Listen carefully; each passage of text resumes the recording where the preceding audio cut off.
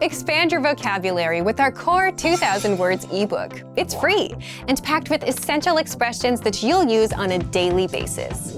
Start building your vocabulary today. Click the link in the description below to download your free Italian ebook before it's gone.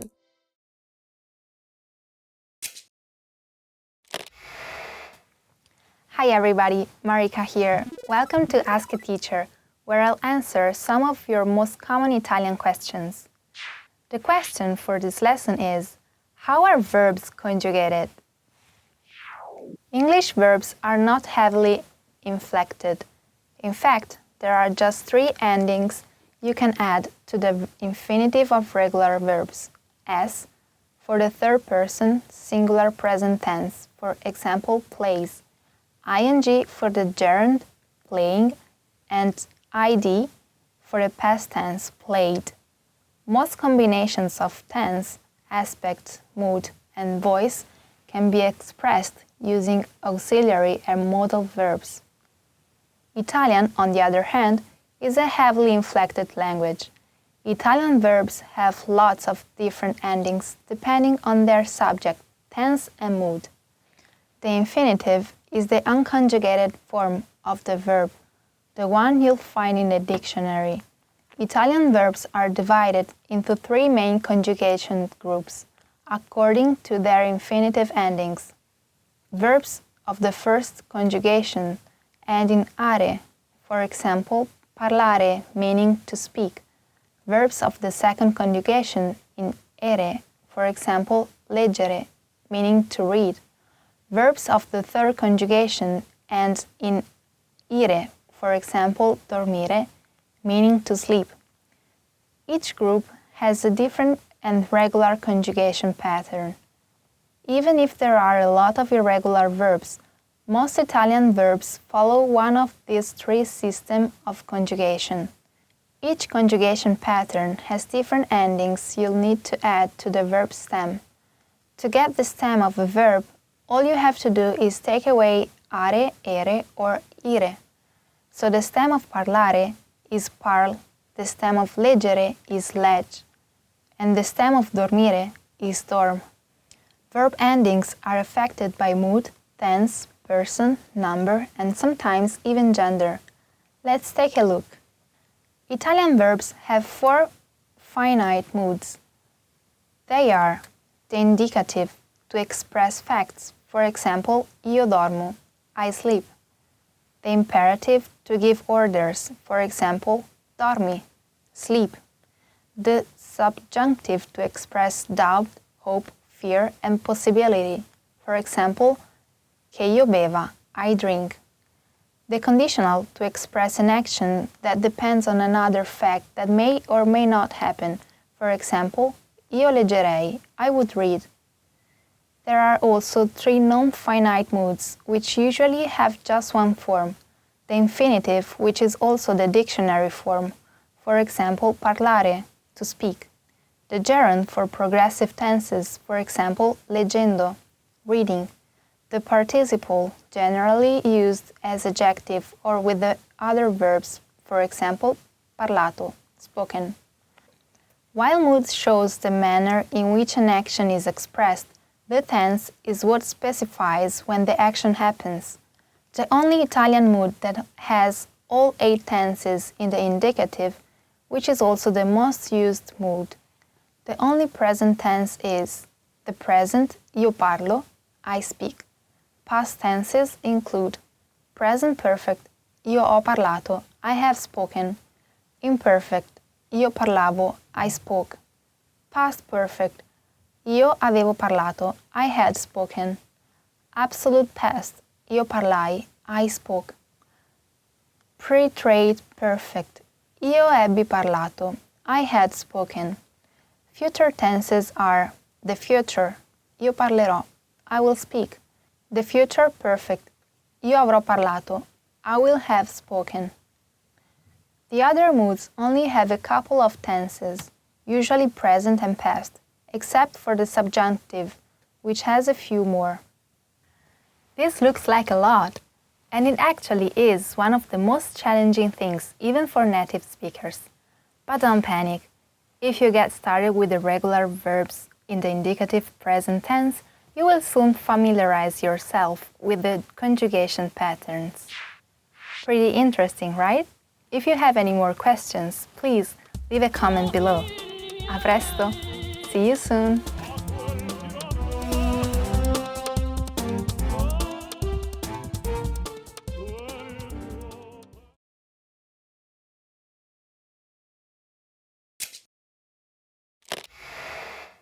Hi everybody, Marika here. Welcome to Ask a Teacher, where I'll answer some of your most common Italian questions. The question for this lesson is, what's the difference between sono and sto? If you study Italian, you may often come across sentences such as sto bene, grazie, meaning I'm fine, thanks, or sono italiana, which means I'm Italian. Sono is a conjugated form of the verb essere. Sto is a conjugated form of the verb stare. Now, both Italian verbs essere and stare can be translated as to be in English, but they are used differently. Essere is a direct equivalent of to be. Generally, it expresses a condition. You can use it for lots of different things like identity, as in sono Paola, I'm Paola, profession, as in sono un insegnante, I'm a teacher, nationality, as in sono italiana, I'm Italian, physical aspects, as in sono alta, I'm tall, emotions, as in sono felice, I'm happy. On the other hand, the meaning of the verb stare depends on the context we use it in. Let's see some of the most common ones. To be, as in sto bene, I'm well. To stay, as in oggi sto a casa, I'll stay home today. To fit, as in la maglietta non mi sta, the t-shirt doesn't fit me. To stand, stare in piedi. To lie, stare sdraiato. Also, a lot of idiomatic expressions use stare instead of essere. For example, stai zitto, be quiet, stai fermo, be still, stai attento, be careful. Stare is also used with the gerund verb forms in progressive tenses. For example, sto studiando italiano means I'm studying Italian, or stavano correndo, meaning they were running. To sum it up, we could say that stare refers to something that happens, while essere refers to something that is. Here is another tip. Keep in mind that sto is commonly used with adverbs, as in sto bene, I am doing well. Sono isn't. Sono can be used only with adjectives, and in sono italiana, I am Italian. Pretty interesting, right? If you have any more questions, please leave a comment below. A presto! See you soon!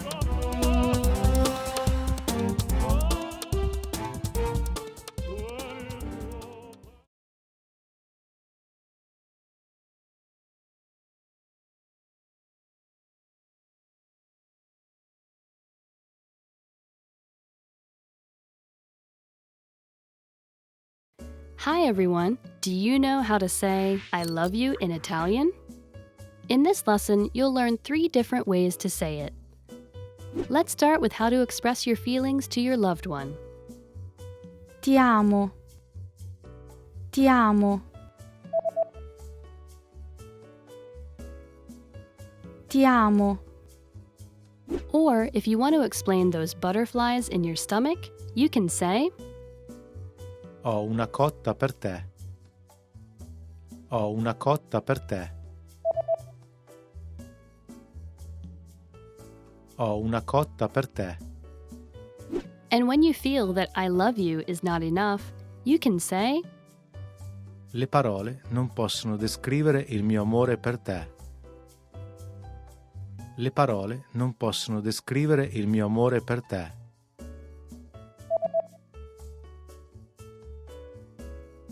Le parole non possono descrivere il mio amore per te. You just learned 3 different ways to say, I love you in Italian. And if you're interested in learning more, don't forget to download your free Romance and Love cheat sheet, which includes romantic words, compliments, and pickup lines. Check out the description below and go to ItalianPod101.com now. See you next time! Hi everyone! Do you know the 1,000 most useful phrases in Italian? In this lesson, you'll be able to know all of them, so sit back, relax, and have a cup of tea as you listen and learn. Dov'è il bagno? Scusa. Grande. Ho prenotato. Quanto costa? Che cos'è questo? Grazie. Veramente? Potrebbe farmi uno sconto? La connessione Wi-Fi è gratuita? Potrei avere il conto? Ha dei consigli? Posso provarlo?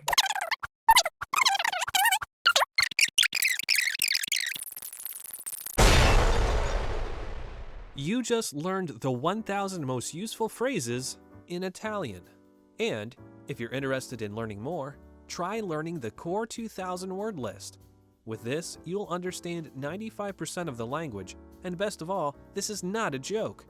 Check out the description below and go to ItalianPod101.com now. See you next time. Hi guys, ciao ragazzi, sono Desiree.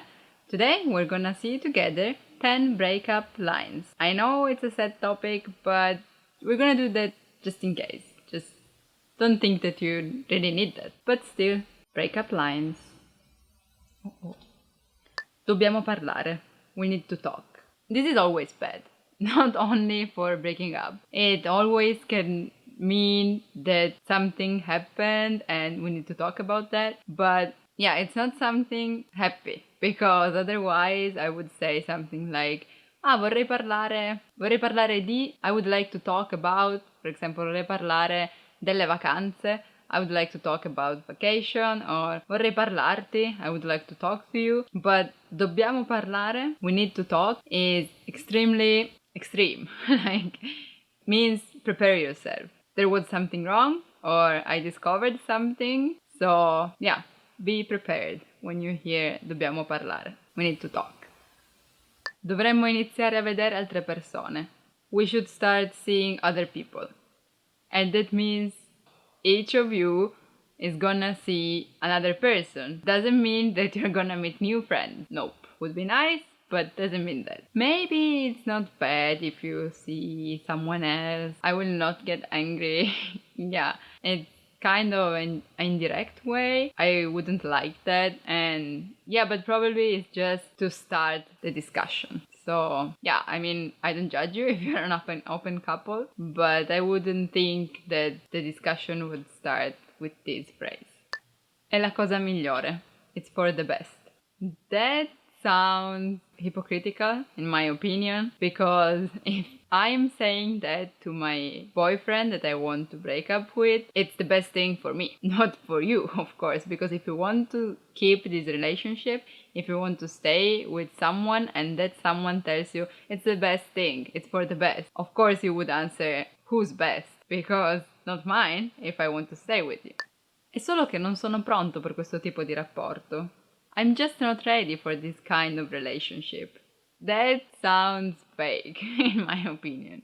But yeah, you can, like, if someone tells you that, you can be hurt because, yeah, why? Do you think it's too serious or you just want to have fun? So, well, it's still better than being told that later on, like, oh, I wasn't prepared for this thing, so I cheated on you. No, of course, it's better to know that before, but still, it's not fun to break up anyway, and I'm just not ready for this kind of relationship. È solo che non ti amo più. I just don't love you anymore. That can't be helped, Maybe people would be happier if you told them before and like, listen, there's something that is not going well, I'm not sure, but not out of the blue, I don't love you anymore. Oh, okay. It's not something that you can really answer to, it's just a fact. And yeah, this probably really means you're breaking up without explanation or stuff like, no, but we can still do that, we can still manage somehow. If people tell you I just don't love you anymore, means I don't even want to try. So yeah, that's it, basically you're done. Ho bisogno di concentrarmi sulla mia carriera. I need to focus on my career. Depending on people, they have different priorities, and yeah, you can still maybe say that you will not be an obstacle for that person's career. And yeah, maybe it's not that bad.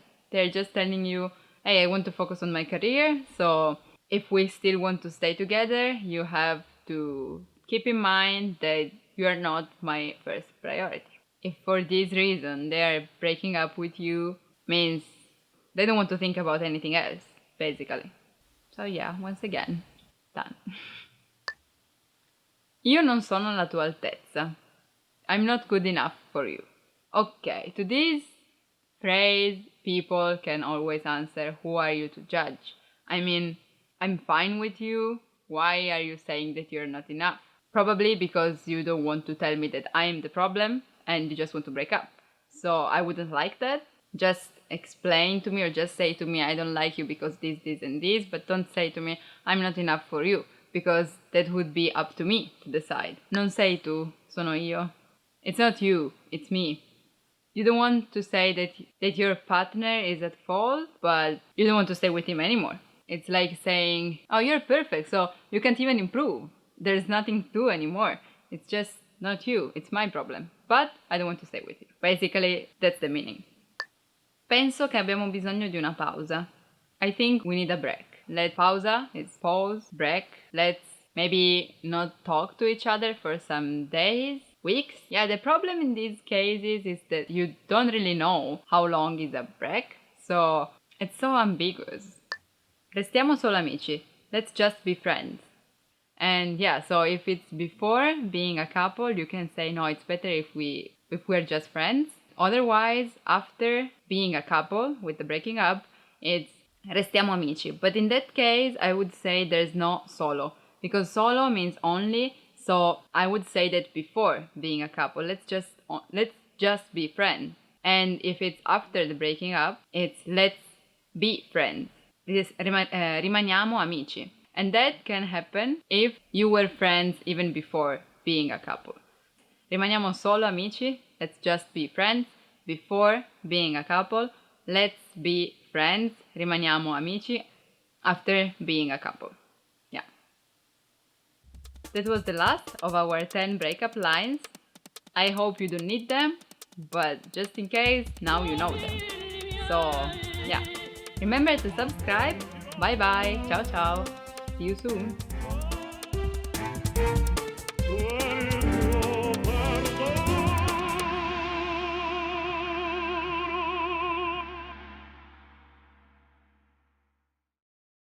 Ciao ragazzi, hi guys, I'm Desiree.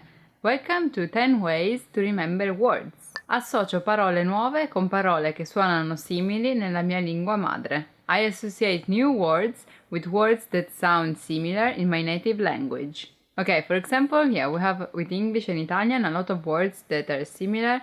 For example, lingua, language, linguaggio. Cerco di usare la lingua abitualmente nel contesto della vita quotidiana. I try to use the language routinely in the context of daily life. Let's say you're washing the dishes and you think, oh, how do I say washing the dish in Italian?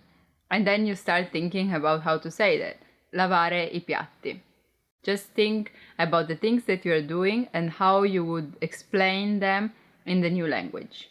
Dico parole ad alta voce in modo che io possa davvero sentirle. I say words out loud so that I can actually hear them. This is a great thing to do.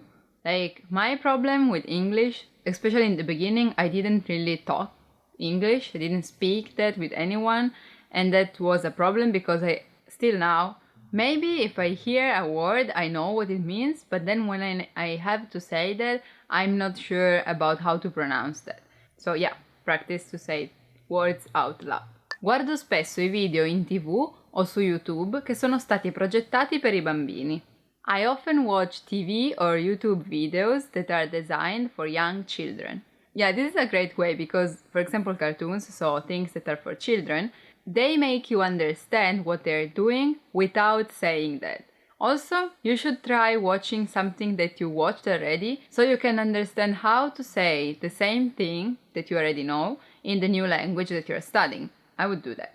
Imparo l'origine delle parole e come le diverse parole sono legate le une alle altre. I learn about the roots of words and how words are related to each other.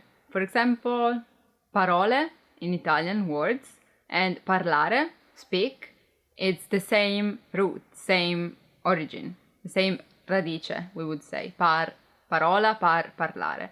Io uso le ripetizioni, leggere, scrivere e pronunciare le parole più e più volte. I use repetition, reading, writing and speaking words over and over again. Be careful with repetitions because, for example, to me, after I repeat a word a lot of time, I'm like, does this word really exist? I'm not sure anymore about the word itself. So yeah, do that, but maybe with a lot of words, not just one per time. Keep them written somewhere. So even later you can check if you know the words and actually see your improvements. Parlo il più spesso possibile con i madrelingua. I speak as often as possible with native speakers. Maybe also if they don't correct you because they're not teachers or because they just want to talk, it's still useful to see if they at least understand what you're trying to say. So don't worry about mistaking because it's okay, and be careful not to switch to another language just because it's easier. Keep focused on using the new language. Provo a pensare in italiano così che diventi naturale. I try to think in Italian so it becomes natural to my thought process. I would advise you to do that at the end of the day, like trying to think in the new language about what you did today. In order to go to school, I was waiting for the bus. Per andare a scuola stavo il bus. What's waiting again? And you don't remember? You can check it, write it down, you will remember faster. Aspettare, by the way, if you want to know, stavo aspettando il pullman. Ascolto canzoni e memorizzo i testi. I listen to songs and memorize the lyrics. This is a good thing to do because sometimes when you're listening to songs, maybe you don't really understand what they're saying, so it's good to search for lyrics. Try to sing along with them the next time you hear the song. So you see if you really know, if you really learned the word. Because sometimes in songs, singers use words or expressions that we don't use in daily life. Be careful about that, but still it's a great exercise. Cerco di usare la parola nuova in una frase semplice, così imparo frasi intere e non solo singole parole. I try to use the new word in a simple sentence, so I learn whole phrases and not just individual words. When you learn a word, let's say for example telephone, you can think about a phrase. I use the telephone to call my friends. Uso il telefono per chiamare i miei amici. And if you think about something in particular, like I use the telephone to call my cousin. Uso il telefono per chiamare il mio. You can search for that word too, so you will learn another new word. If you're wondering, cousin is cugino. That was the last of our 10 ways to remember words. Tell me which way is yours.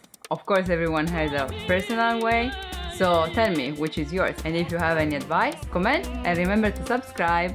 Ciao ciao, bye bye. Keep focused on using the new language.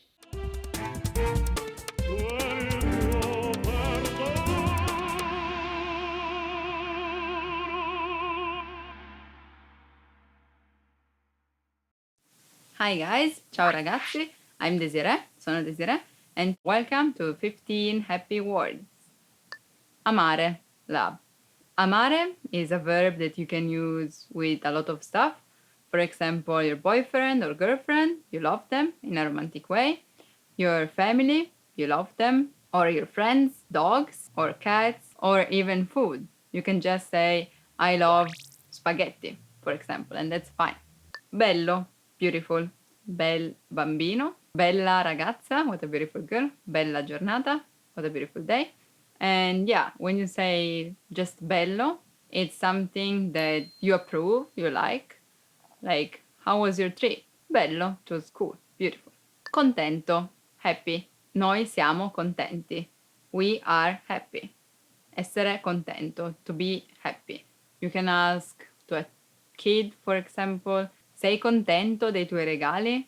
Are you happy about your presents? Grande, great. Remember that grande literally means big, but in this case it's an exclamation like great, grande. Hey, I'm getting married. Great, grande. Orgoglioso, proud. I'm very proud of my children. Sono molto orgoglioso dei miei bambini. I don't have kids, but I hope I can say this someday in my life. Piacere, like. Okay, piacere as a verb means like. For example, a me piace il blu. I like blue. But when you're introducing yourself, you can say, il mio nome è Desiree, piacere. My name is Desiree, nice to meet you. Because it would be piacere di conoscerti, it's nice to meet you. Vivace, lively. That kid is really lively. Quel bambino è molto vivace. So yeah, means he's cheerful and wants to play a lot, maybe, and never asleep, probably. Yeah, also you can say about a city, it's a lively city, è una città vivace. Also a color can be vivace. È un colore molto vivace, it's a lively color. Rilassato, relaxed. Ah, sono così rilassato. Ah, I'm so relaxed. Like, I really need to take a break and go on vacation to relax.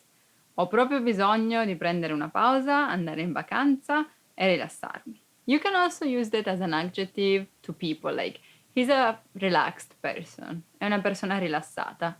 Buffo, funny. Buffo, it's not the same as divertente, that is another way to say funny. For example, that movie was really fun. Quel film era molto divertente. Yeah, I would say that divertente can be used for everything, while buffo it's something more particular. Buffo it's a kind of sweet way to be funny. Like, you can say that Kitty is buffo. It makes you laugh, but not like humor, but more like, oh. Energico, energetic. So someone with a lot of energies. Like, for example, if we just finished playing volleyball and you're like, oh, I'm so tired, sono così stanco, but that person goes like, hey, why don't we play football now? Hey, perché non giochiamo a calcio ora? Questa è una persona energica. It's an energetic person. Entusiasta, excited. She was so excited about the movie. Lei era così entusiasta del film. He's really excited about his birthday and entusiasta del suo compleanno. It can be used with boys and girls without changing. It's always entusiasta. Sono entusiasta della vita. I'm excited about life. Fiducioso, hopeful. I trust people. I am a person that can be called fiduciosa. So yeah, this adjective changes, fiducioso and fiduciosa. Sono fiducioso riguardo al futuro. I'm hopeful about future. Gentile, kind. È una persona gentile. It's a kind person. È sempre gentile con i bambini. It's always kind to kids. Oh, you can also refer about some tastes. You're eating a cake and you say, oh, that has a kind taste. It's not too strong, not too sweet, maybe, not bitter. It's a kind taste. Ridere, laugh. That's the secret of life. Ridere, laugh a lot. È una persona che ride sempre. It's a person who always laughs or who loves to laugh, che ama ridere. Soddisfatto, satisfied. Sono soddisfatto dei miei risultati. I'm satisfied with my results. Sono soddisfatto della mia vita. I'm satisfied about my life. And that's, I think, the goal for everyone. So that's why this is the last of our 15 happy words. Comment with your favorite one or with others happy words that you can think of. And remember to subscribe. Ciao ciao. Bye bye. you're happy and clap your hands.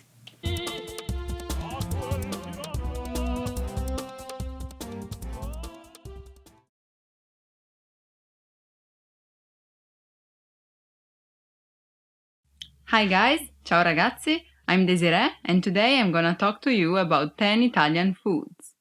Bagna cauda. Bagna cauda is a typical food of Piemonte.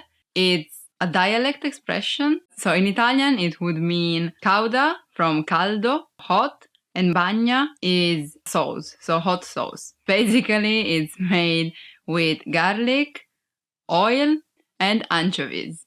Since it's hot, it's typical of autumn, but I would say winter, but it's a strong taste and people say that you can know if someone ate that the day before. So yeah, don't eat bagna cauda before a date. Crostata.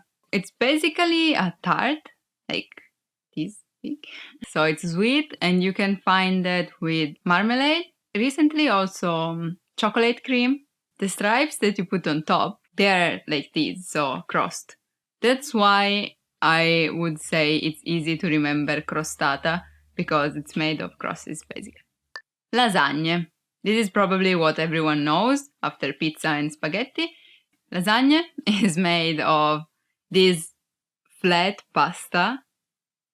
It's flat and long and large that you put at the bottom, and then you put cheese and ragu, that it's meat sauce, and then again pasta, ragu, cheese, pasta, ragu, cheese, pasta, ragu, cheese. You can go on forever if you manage to. My grandma goes on with floors like 14. I counted that once. While my mom stays with 7 at the maximum. Also, if you don't like meat or you don't want to eat that, you can just put pasta and spinach and cheese. There's a lot of things that you can do with the shape of lasagna, but it's not real lasagna. Still, lasagna is the best. Minestrone. Okay, this is basically a soup with vegetables, and it can be with pieces of vegetables. So you cut it and you put it inside water, make it boil, blah, blah, blah.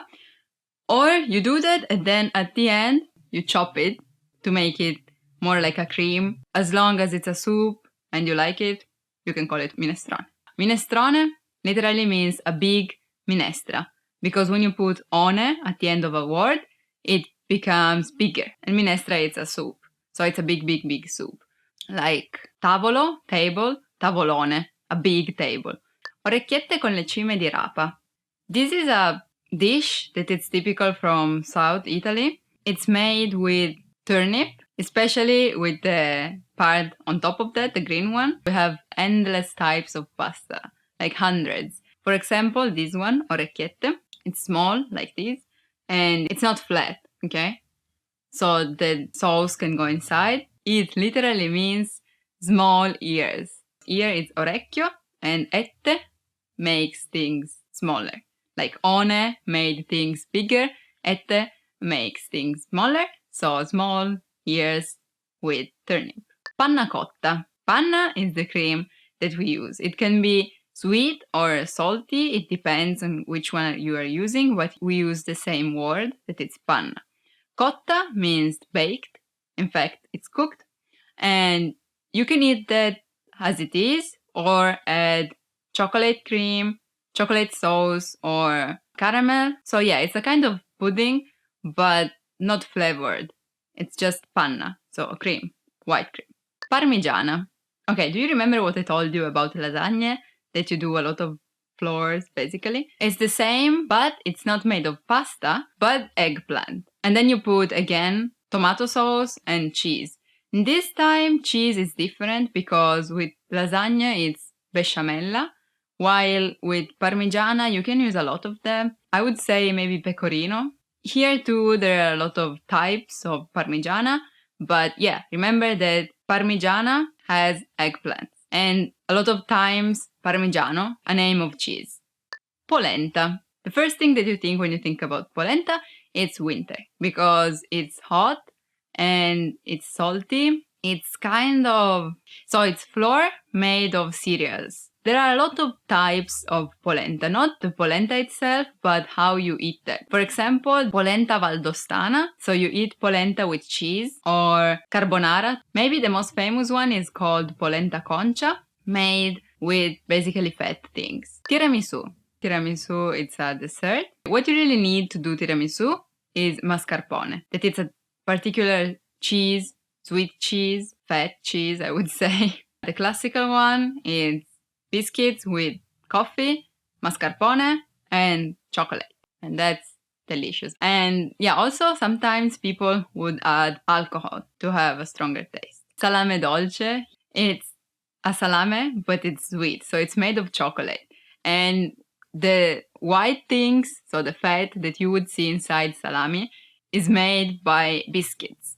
You can do that with children. It's kind of fun because you smash biscuits and then put it with chocolate that was with sugar and butter. And then you shape it as a salame. And then you put it in the freezer maybe. And then you wait. And then you eat that. And it's good. Yeah, that's my favorite. That was it for our 10 Italian foods.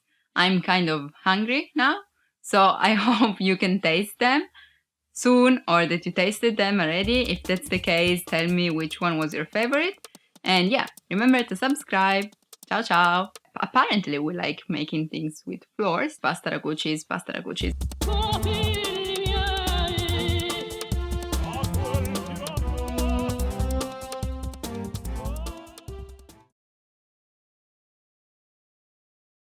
Expand your vocabulary with our Core 2000 Words ebook. It's free and packed with essential expressions that you'll use on a daily basis. Start building your vocabulary today. Click the link in the description below to download your free Italian ebook before it's gone.